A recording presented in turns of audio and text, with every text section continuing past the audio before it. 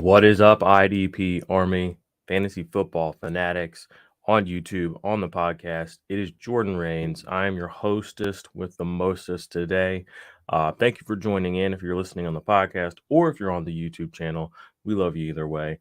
Leave us a 5-star rating and review if you are on the podcast. Leave us a thumbs up if you are on the YouTube channel. And stick around. We have a great show for you today. We're going to be talking our Week 12 IDP fantasy football waiver wire targets. Hard to believe we've made it to week 12, but here we are, week 12 fantasy football. Let's get to it.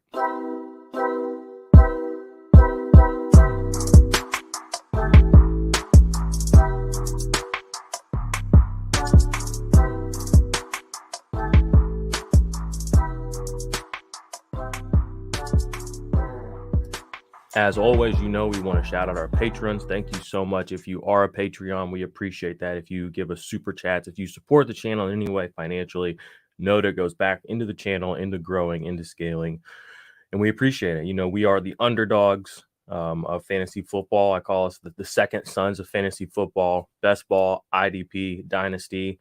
We're not DFS covering, not really redraft. There's so many people that do that. But we are, the middle child, the second sons, So on this channel, you're going to find a lot of IDP stuff. That's where, that's where I really got my roots. Play all types of fantasy football, but we do cover best ball content. We do cover dynasty content on the channel. So if you are not subscribed, be sure to do that.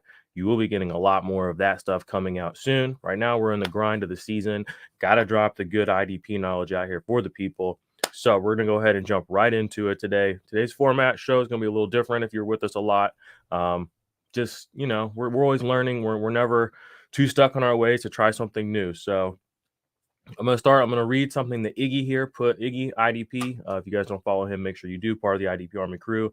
Put it into the Ultimate IDP Index today. I want to share it with y'all if you aren't in the index, just to give you a little piece of some of the good knowledge that goes in there, along with the fact that it's the most amazing, powerful resource for IDP fantasy that exists. So Iggy's got in here some of his favorite guys, and I'm just going to read them to you all. So he's got Ndamukong Suh, defensive tackle, new for Philadelphia. He said, if you're looking for depth at your DL and play in a league that requires a DT, Suh is an option. The Eagles have the most talented defensive line in the NFL.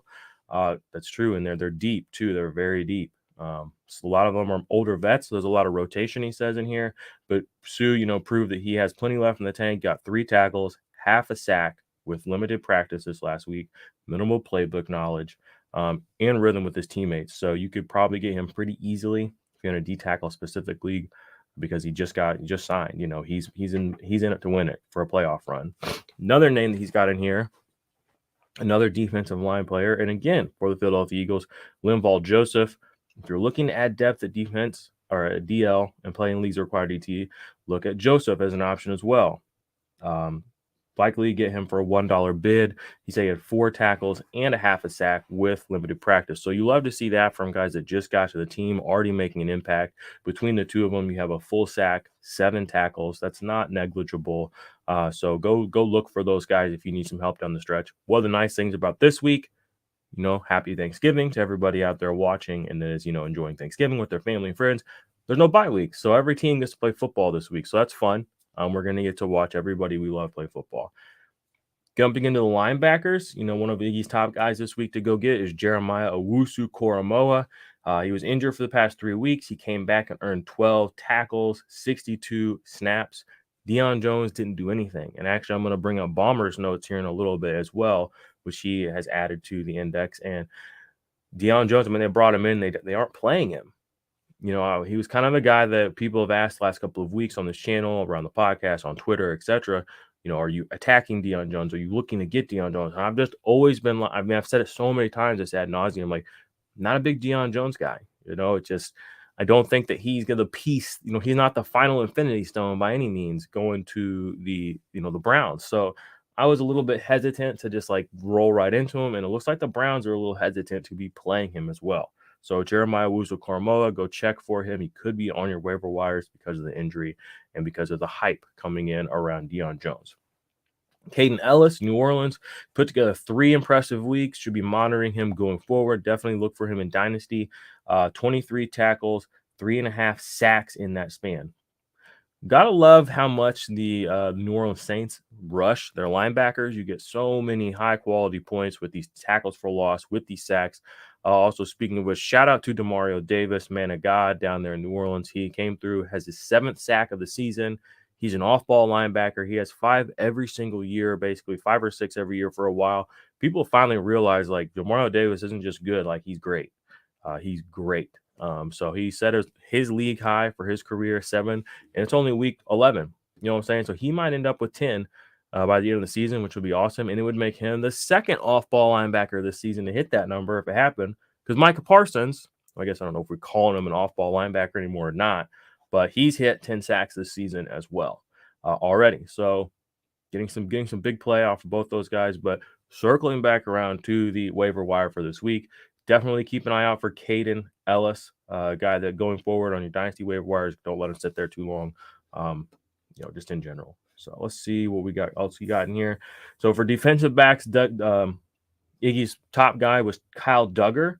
Duggar had an amazing week 11. He earned 20.75 points when he played against the Jets. He plays on Thanksgiving in a night game versus Kirk Cousins. Gotta love that. It's scientific proof, says Iggy, that Cousins plays awful if it's not 1 p.m. Eastern time slot. Don't believe me? Go look at his week 11 stats. His plays even worse in primetime games. Duggar and the Pats should feast. Go get Duggar. There's a chance he's on your waiver wire. Probably not a high chance, but he could be out there. And if he is, you definitely want to pick him up. And the last player he's got on here is Desmond King. And then after I read this, I'm going to go through the notes that Bomber has for us. But Desmond King had an amazing week, 10 tackles versus the Commanders. You'd love to see that. Former first-team All-Pro defensive back has had an up-and-down season thus far, but he's an important part of the Texans' defense. Yeah, he's probably one of their better pieces. That team's just – it's kind of weird there are these teams in the NFL right now where it's just like they're here, but I don't really know what they're doing or what their purpose is. You know what I mean? It's like they're just in the NFL. Does that make sense? Like, and that's what I feel like the Houston Texans are. I feel bad for every guy that ends up there. He gets some punt returns, so that's always good if you're in a defensive or if you're in a league that scores that. You should be, even offensive leagues, even any fantasy league should be scoring all the yards on the field, in my opinion. Call me crazy. Call us crazy. So those are your main waiver wire targets this week. Also have Robert Spillane was on the thumbnail for the past couple of weeks. You definitely want to be keeping an eye on Robert Spillane if he's out there. He, Miles Jack, and Devin Bush are all kind of rotating in and out for the Steelers. Don't love it for the Steelers defense, but Robert Spillane was wearing the green dot when he was out there yesterday, I noticed. Other things I want to bring up before we jump into the notes that Bomber has here for us to go over quickly is Justin Houston right now has more sacks. I tweeted this out this morning, has more sacks than Myles Garrett, Brian Burns, a bunch of other guys that are really big name guys. And it's kind of crazy because he talked about how he almost retired before the season started. And he's only played 7 games. He's had one of the best seasons he's had in a long time. It's unfortunate that it's happening on Baltimore and not the Chiefs. I do not understand why the Chiefs let that man go. But big shout out to the older fellas. And they're not even older. Like 1 year older than me is Justin Houston. You know what I'm saying? Demario Davis. So shout out to my guys. All right, so what does Bomber have in here for us? Bomber always puts together a banging note for us every week. I'm going to read these off for the people on the podcast. If you are watching on YouTube, you can see these up. But he's got some risers for us this week. Chris Barnes, Green Bay linebacker. He says a bit of a wild card and a riser. He's the LB2 on the Green Bay. Sorry. While Campbell's been injured, he's had a huge game, 67% snap share, but will revert to a minimal role when Campbell returns. Thing is, we don't know when Campbell's going to come or go. He's kind of been the injuries. When you get injured, again, the number one reason to miss time is a re-injury. So that has to be taken into account. Jack Sanborn has been breaking out like crazy. Okay, increased snap share from 90% to 95%. Another big game, 9 tackles, 8 solos, 1 quarterback hit. Nick Morrow is the 100% linebacker in Chicago, but Sanborn is making the plays. That's what Bombers got here. Love that. Rashaan Evans, linebacker. So I feel like Rashaan Evans does not get enough respect. He's currently linebacker 5 on the season. Has 106 tackles, tied for second behind Zaire Franklin. He's only 5 away from the highest tackle total of his career. That's pretty wild. and I'm glad he brought him up. We've been standing for Rashaan Evans around here for a while. I know a lot of other people don't like him, whatever. Jeremy Chin, DB linebacker, came back this week from the injury early in the season, and he got a starting role back, hit double-digit tackles, so you love to see that. He's an immediate plug-and-play starter again going forward, and should be considered one of your top dynasty options at defensive back. And for us this season, probably one of your better options, or at least a weekly starter at defensive back. Don't change that too much. Looks like Bomber also here has notes like Iggy on Jeremiah Wusu-Kormoa. Returned from injury, hit 100% of snaps, and as well as a solid fantasy outing. Jonathan Owens from Houston. After seemingly being benched a few weeks ago, Owens has put together 3 double-digit tackle games, bringing his total of the season to 90. Not bad. Not bad for a little defensive back down there in Houston. Daron Payne, Jonathan Allen blowing up this year. I will say I didn't talk them up nearly as much this offseason as I have in some of the past off seasons, and they were just kind of like, they were okay, but they're like going crazy this year, and I did not do y'all justice by sticking to it and bringing them up as much as I should. They have both come up on the waiver wire show previously, though, but again, they're all kind of clicking right now. I did see the Chase Young was activated to come back, could potentially play very soon. I'm not super excited about that. Personally, I think it's good. It'll give, offensive linemen somebody else to worry about. But as far as for IDP purposes, he's never really been super prolific for an extended period of time or even for a game, a single game hardly. So he's, we're watching him. We're hopeful, but I think we might end up with like a Bradley Chubb side situation where it's like, yeah, he was a really, really high pick, but his ceiling is just not going to hit a TJ Watt, a Max Crosby type of ceiling. We'll have to see, though. We'll have to see. He has been banged up. Washington, not exactly an organization built for success for anybody.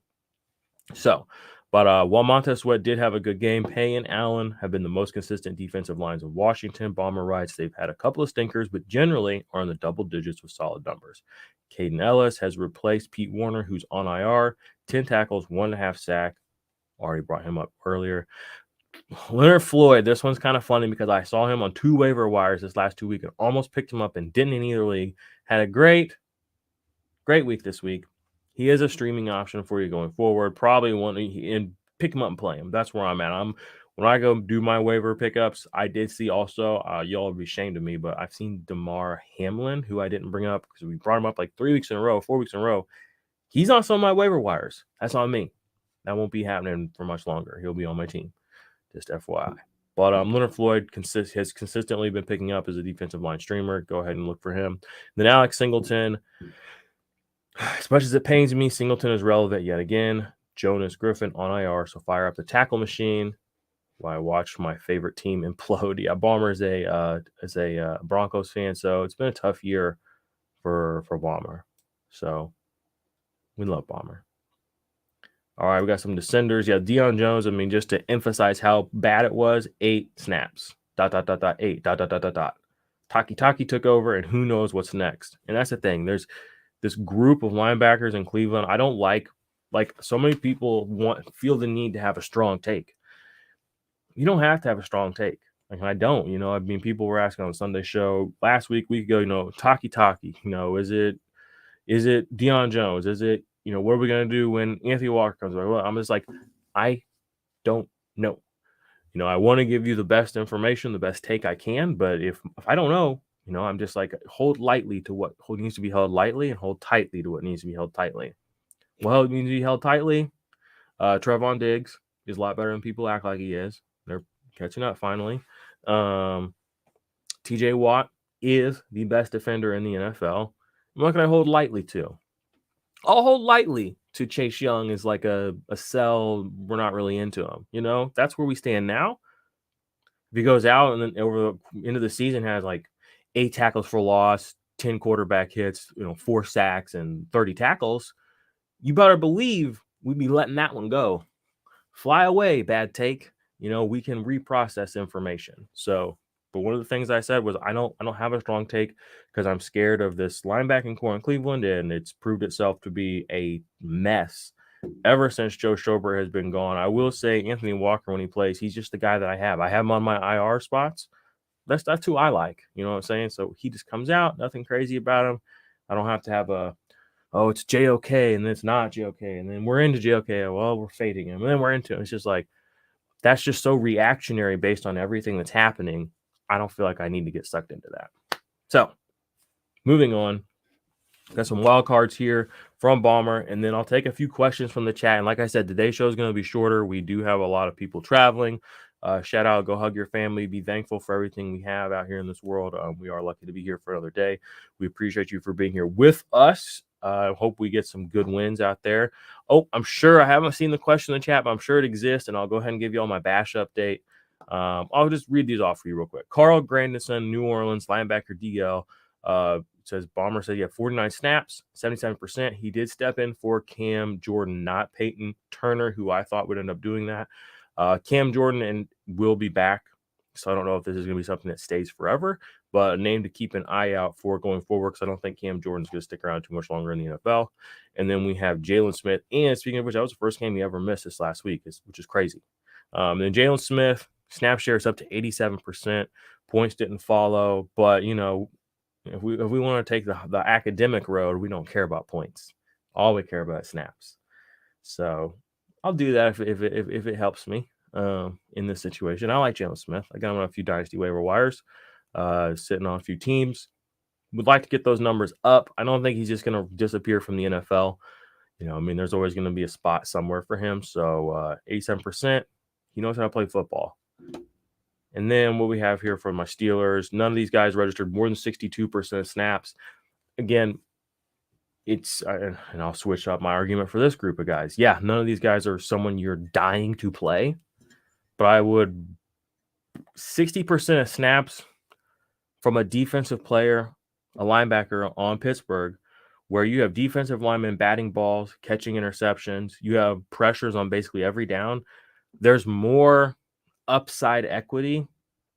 So I can argue that all three of these guys should be, well, not three, not Devin Bush. We're like over Devin Bush, unfortunately. Robert Spillane, Miles Jack, even though they're not 100% and we can't distinguish who's better, blah, blah, blah, based on some, the past, play them both still if you got them. If you need to. If you have better options, if you have a 100% snap option or, somebody that's better, quantifiably better, play them. But there's no reason to pull these guys out and put in a hopeful, DB3 that's going to play 100% of snaps. You know what I'm saying? Just stick with them. So what are these comments over here saying? What up, homie? Sorry I'm doing this a little different, y'all. And the content's going to continue to evolve as life goes on. Are you downgrading Hamlin now that Poyer's back 100% snaps, but still was one per task less than what's old? People are going to have good games and bad. Again, just because a guy has a bad game, he doesn't have 10 tackles again, I'm not fading him instantly. That's too reactionary. We're trying not to be reactionary. Now, so much fantasy analysis and this is my big issue with fantasy football right now, is if all you're doing for your analysis is taking projections and reverse engineering them, that's not helpful. I think I've said this before, but that's just not helpful. I can look at the projections myself. I can see what happened myself. I want to know a comment, a thought. I want something that isn't coming to me through AI or through a spreadsheet. You know what I mean? So what is that going to tell me? What am I going to tell you as that person? I'm going to tell you, don't fade Hamlin all of a sudden, or don't downgrade him because he has one game in his last 5 that's not prolific. You know what I mean? Like if Luka Doncic goes out and scored 18 points and got 6 rebounds and 6 assists, I mean, we're not downgrading what we think about Luka Doncic. You know what I'm saying? Like, sometimes you just don't ball. I mean, you can't be 100%. I mean, not everybody's TJ Watt. I mean, I don't know how many times I got to say it. All right. Mark Bernardo says, start 2 this week, non-PPR, Pittman, Cooper, T. Higgins, Keenan Allen. I'm going to start T. Higgins and Amari Cooper. That is very, very easy. And I picked up Chin last week off of waivers. How do you feel about him rest of the season? Yeah, I think you can trust him going forward. I think that's a totally fine thing to do, probably a prudent thing to do. He's a talented player. All right, so what are you really here for? You want to know how I did in the bash? We are going to the bash in one team. Already locked it up. Got that win. Even if we wouldn't have won, we would have gone to the bash in that league, so that's nice. We are not going to the bash on the secondary team. We were set to go. We were looking pretty. We were looking good. And then Josh fucking Palmer had to go in and decide to be God on Sunday night. So that was awful. But you know what? I held out pretty strong. I was like, okay, well, we were only down 20 points. We needed like 22 points from Christian McCaffrey. So if we win that game, I stay in second, and we have two teams in the bash. If I lose that game because of my point total, even though I'll be tied with 3 other people, I'm going to drop out of the bash. Christian McCaffrey got 14 points last night, which was really stupid. I think he had like 8 carries. I don't know what to think. Okay, so that's heart crushing because I really would have liked our odds to go in there with 2 teams.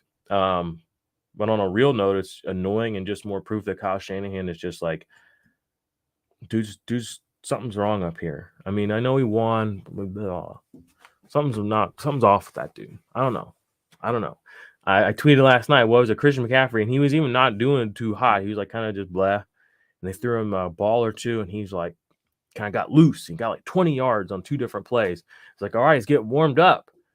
And he had him in the whole game like 7, 8, 9, 10, 20 minutes at this point. I don't even remember.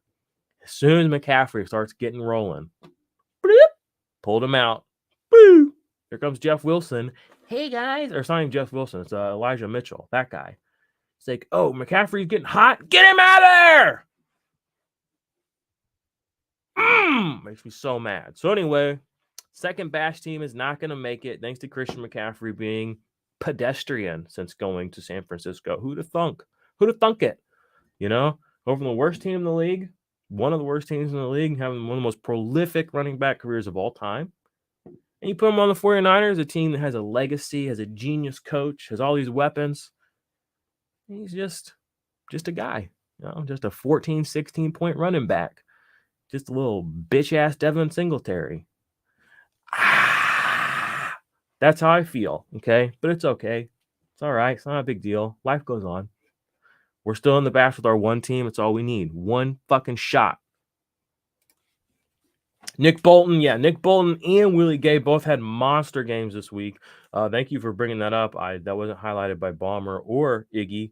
Glad you did, and I wanted to bring it up because they're monsters. Gone are the days of the carbon copied, Chiefs linebackers, can't trust them. Yeah, that stuff's done. Okay, these guys are dogs. Both of them are dogs. Both of them are good at football.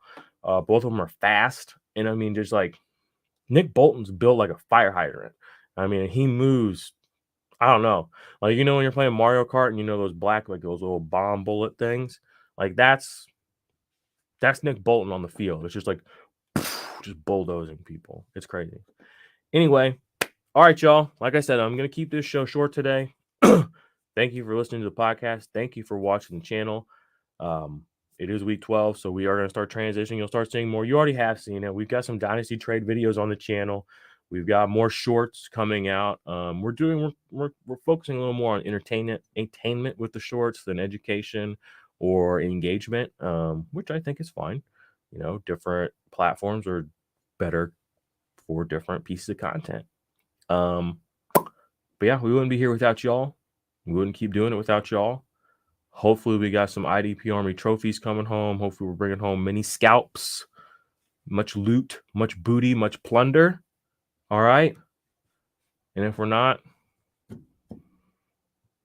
we won't even think about that because I have that much faith in y'all that you're going to bring it home.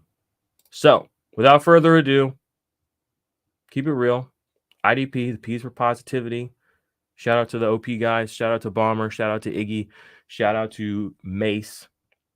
Shout out to anybody that needs a shout out. You're worth it. I'm thankful for you. Don't eat too much turkey. Don't eat too much stuffing.